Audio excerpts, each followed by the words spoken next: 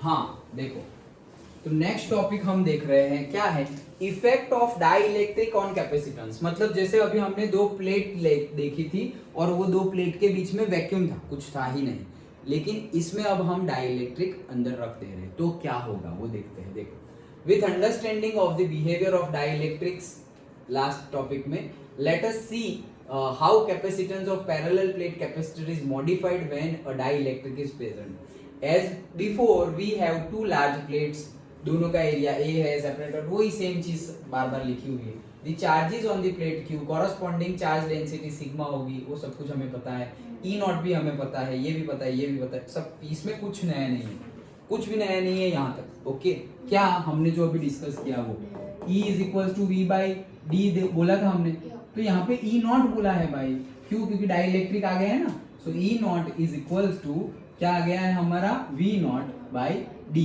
Okay, फिर E is equal to sigma by epsilon not, अभी हमने देखा था, तो यहाँ पर भी वही बोला है क्या, E not is equal to what, sigma upon epsilon not. Okay, और C is equal to Q by V देखा था, तो यहाँ पर भी वही चीज बोल रहे हैं क्या, कि C not and V not. Okay, charge तो वही है। ये नॉट हर जगह क्यों लगाया हुआ है, डाई इलेक्ट्रिक ऐड किया है इसलिए, तुम ना लगाओ तो भी चलेगा। ओके, हाँ, सो अब यहाँ से हमारी थियरी स्टार्ट होती है। Consider the next dielectric inserted between the plates fully occupying the intervening region. मतलब दो हमारी जो प्लेट्स थी उनके बीच में कुछ नहीं था, वैक्यूम था, लेकिन उसके बीच में अब हमने क्या डाल दिया है, डाई इलेक्ट्रिक हमने बीच में डाल दिया है। Okay, so the dielectric is polarised by the field. Dielectric क्या हो जाएगी, पोलराइज हो जाएगी बाय द फील्ड। जैसे मैंने बताया ना कि कोई डाई इलेक्ट्रिक क्या है, एक इंसुलेटर है, उसको अगर इलेक्ट्रिक फील्ड के अंदर रखोगे तो वो पोलराइज हो जाएगी। पोलराइज हो जाएगी मतलब सारे प्लस चार्ज एक साइड, सारे माइनस चार्ज एक साइड, वही पोलराइजेशन है, तो वो पोलराइज हो जाएगा। Okay, the effect is equivalent to the two charge sheets. Okay, the electric field in the dielectric then corresponding to the case when the net surface charge density on the plates, that is मतलब sigma upon sigma p। मतलब क्या है, देखो हमारा ये जो E है वो E क्या था, सिग्मा अपॉन एप्सिलॉन नॉट था, ये रहा वैल्यू लिखा हुआ है, कहाँ गया, ये रहा। ओके, ये तो था ही, लेकिन अब जो हमारा E होगा, ये इलेक्ट्रिक फील्ड कब था, ये फॉर्मूला कब यूज करेंगे, जब बीच में वैक्यूम था।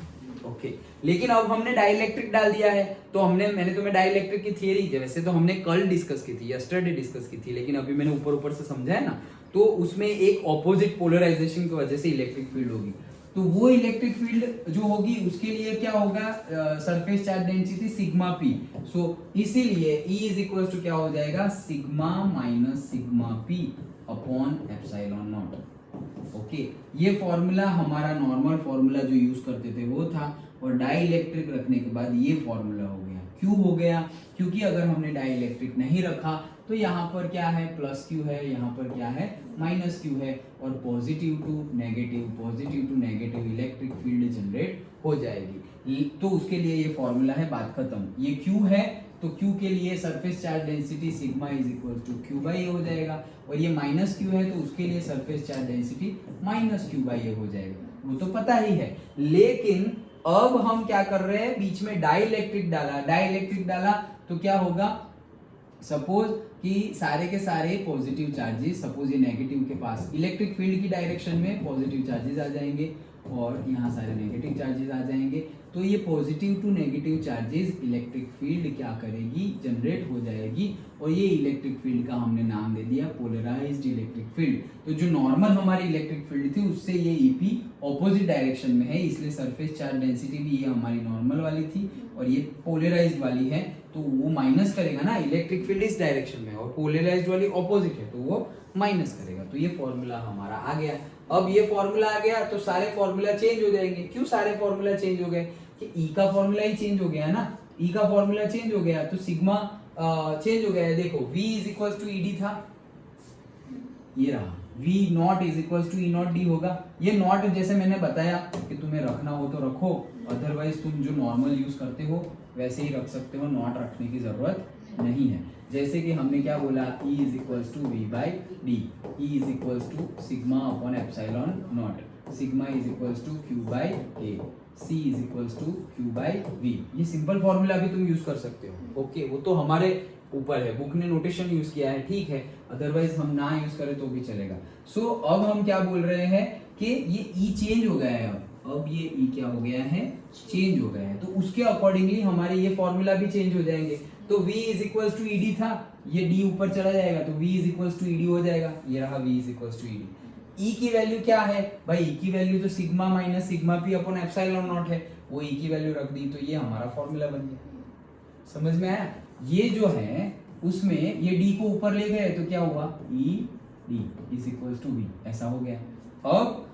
अब क्या करेंगे हम कि E का ये फॉर्मूला है, ओके, तो अब ये जो V है, V E का फॉर्मूला क्या है, ये है, तो E की जगह में ये रख रहे हैं, देखो sigma minus sigma P upon epsilon not, okay, is equals to क्या हो गया, V। तो आ गया ना, देखो V is equals to sigma minus sigma P epsilon not into D। ये D तो है ही ना, ये तो E है और इनटू D है, ओके, डन। तो वो लिख दिया। For linear dielectrics we expect sigma P to be proportional to the E not, okay, so it is proportional to sigma and we can write, मतलब के लीनियर डाइलेक्ट्रिक्स होंगे तो ये जो सिग्मा माइनस सिग्मा पी है उसको ही हम लिख सकते हैं क्या, सिग्मा बाई के। लीनियर डाइलेक्ट्रिक्स, डाइलेक्ट्रिक्स के भी टाइप्स होंगे, तो जो लीनियर डाइलेक्ट्रिक्स है उसके लिए हम सिग्मा माइनस सिग्मा पी की वैल्यू को क्या लिख सकते हैं, सिग्मा बाई के, वेयर के क्या है, डाइलेक्ट्रिक कांस्टेंट, जो पर्टिकुलर सबके लिए अलग अलग होगा, कौन सा डाइलेक्ट्रिक है उसके अकॉर्डिंगली के होगा। सो वेयर के is the constant characteristics of the dielectric, clearly के इज इक्वल, के इज ग्रेटर देन 1, वी है के हमेशा ग्रेटर देन 1 रहेगा डाइलेक्ट्रिक कांस्टेंट। अब यहाँ पर V इज इक्वल टू ये आया, अब सिग्मा माइनस सिग्मा पी है, वहां पे सिग्मा बाई के डाल दो, ये हमारा V का फॉर्मूला जो है वहां पे V is equal to sigma minus sigma P की जगह क्या डालेंगे, सिग्मा बाई के, और दूसरा क्या था D, और नीचे क्या है एप्सिलॉन नॉट, तो ये हमारा V मिला। नाउ और क्या कर सकते हैं, सिग्मा का फॉर्मूला भी यूज कर सकते हैं, देखो सिग्मा इज इक्वल टू क्या है, Q बाई A, तो यहाँ पर भी हम V is equal to sigma का फॉर्मूला लगा दे Q बाई A, ये है D, और ये नीचे क्या था, K एप्सिलॉन नॉट, तो वो V का दूसरा एक फॉर्मूला मिला। अब कैपेसिटेंस का फॉर्मूला भी वहां पर यूज कर सकते हैं, तो C इज इक्वल टू क्या था, Q बाई V, V क्या है ये रहा, तो यहाँ पे क्या हो जाएगा, Q डिवाइडेड बाई V का पूरा ये formula, Q D A K epsilon not, Q क्या हो गया, कट, तो C का फॉर्मूला क्या आया, A और से A बाद में लिखो, K A epsilon not upon D, तो C का एक formula A epsilon not upon D, तो अभी हमने फॉर्मूला डिराइव किया A epsilon not upon D, और अभी इसमें सिर्फ एक K बढ़ गया, मतलब क्या कि तुमने जो डाइलेक्ट्रिक डाला उसकी वजह से तुम्हारा कैपेसिटेंस बढ़ गया। मैंने बोला ना कि कैपेसिटी बढ़ जाएगी, तो कैपेसिटेंस मतलब क्या, कैपेसिटी ऑफ द कैपेसिटर। तो हमने पहले वैक्यूम लिया था तब फॉर्मूला क्या मिला था, A epsilon not upon D, लेकिन जैसे ही हमने डाइलेक्ट्रिक बीच में रखा तो फॉर्मूला क्या मिला, K A epsilon not upon D, मतलब डाइलेक्ट्रिक रखने से हमारा कैपेसिटेंस का वैल्यू क्या हो गया, इंक्रीज हो गया, बढ़ गया, K टाइम्स बढ़ गया। K की वैल्यू अगर 2 होगी तो डबल हो गया, K की वैल्यू अगर 3 होगी तो ट्रिपल हो गया, डन। सो डाइलेक्ट्रिक रखने से हमारा कैपेसिटेंस बढ़ गया, तो हमें तो अच्छी बात है, कैपेसिटेंस बढ़ गया, ज्यादा चार्ज कर सकते हैं, तो वही हमारा डाइलेक्ट्रिक रखने का पर्पस था। Okay, now the product of epsilon not K is called the permittivity of the medium and it is denoted by epsilon. Okay, तो वो तो हमें पता ही है, मैंने तुम्हें बताया था K is equal to what, epsilon not upon epsilon naught, इन दोनों का प्रोडक्ट जो है उसी को परमिटिविटी ऑफ द मीडियम बोलते हैं। फॉर वैक्यूम, वैक्यूम के लिए K इज इक्वल टू हम 1 लेंगे, वैक्यूम के लिए K इज इक्वल टू 1 लेंगे। Okay, so K is equals to epsilon naught upon epsilon naught is called the dielectric constant। K क्या है हमारा, dielectric constant है। Okay, as remarked before, it is clearly K is greater than 1, तो हम यहाँ भी आ सकते हैं क्या, C upon C naught। C क्या है हमारा, simply C मतलब क्या, without dielectric, C जो है हमारा क्या है, C मतलब कैपेसिटेंस विदाउट डाइलेक्ट्रिक, मतलब A epsilon not upon D, और C नॉट क्या है, विथ डाइलेक्ट्रिक, तो that is K A epsilon not upon D।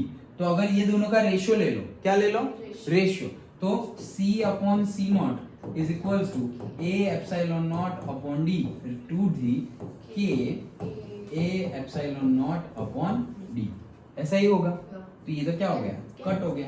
तो ये क्या है, c upon C not is equals to 1/k। उल्टा कर दो तो c not by C is equals to k आ गया। समझ में आया? ओके, तो हमने उल्टा रेशियो लिया हुआ है, c not is equals to k epsilon not, मतलब हमने रिवर्स रेशियो लिया हुआ है, इसलिए हमारा ये आया, अदरवाइज यही आता। डन? ओके, चलो। सो thus the dielectric constant of a substance is the factor greater than 1 by which the capacitance increase from its vacuum value। मतलब कि वैक्यूम में हमने लिया तो क्या आया था, a epsilon not upon D, और अगर हमने डाइलेक्ट्रिक रखा तो आया k a epsilon not upon D, मतलब k टाइम बढ़ गया, k की वैल्यू ऑलवेज ग्रेटर देन 1, मतलब ये तो अच्छी बात है, हमारा कैपेसिटेंस की वैल्यू बढ़ गई कि हमारा c पहले क्या था, a epsilon not upon D, फिर c अब क्या आया, k a epsilon not upon D. Okay, तो k की वैल्यू अगर 2 होगी तो क्या आ गया, 2 a epsilon not upon D. तो ये जो वैल्यू थी a epsilon not upon D, उसकी डबल हो गई, 3 होगी तो ट्रिपल हो गई। तो डाइलेक्ट्रिक मीडियम रखने से तो फायदा हो रहा है, कैपेसिटी बढ़ रही है, हमारी कैपेसिटेंस बढ़ रहा है। तो वही चीज बता रहे हैं यहाँ पर, when dielectric is inserted fully between the plates of capacitor, though we arrived equation for the case of parallel plate capacitor, it holds good for any type of capacitor and can in fact be viewed in general as a definition of dielectric constant of a substance। मतलब क्या बोल रहे हैं, यहाँ तो हमने parallel plate के बीच में डाइलेक्ट्रिक रखा हुआ है, लेकिन हम कोई भी कैपेसिटर हो, जैसे हमने कितने टाइप के कैपेसिटर स्टार्टिंग में ही देखे, राउंड कैपेसिटर ये वो, तो ये तो हमने दो पैरेलल प्लेट कैपेसिटर के बीच में डाइलेक्ट्रिक रखा हुआ है। कोई दूसरे शेप के, साइज के, वेरिएबल कॉन्फ़िगरेशन के कैपेसिटर हो, उनके बीच में भी अगर हम डाइलेक्ट्रिक रखेंगे तो उनका कैपेसिटेंस भी क्या हो जाएगा, बढ़ जाएगा। अंडरस्टूड? समझ में आया? पक्का? ओके, टाइम हुआ है? हाँ, यस, टाइम हो गया है।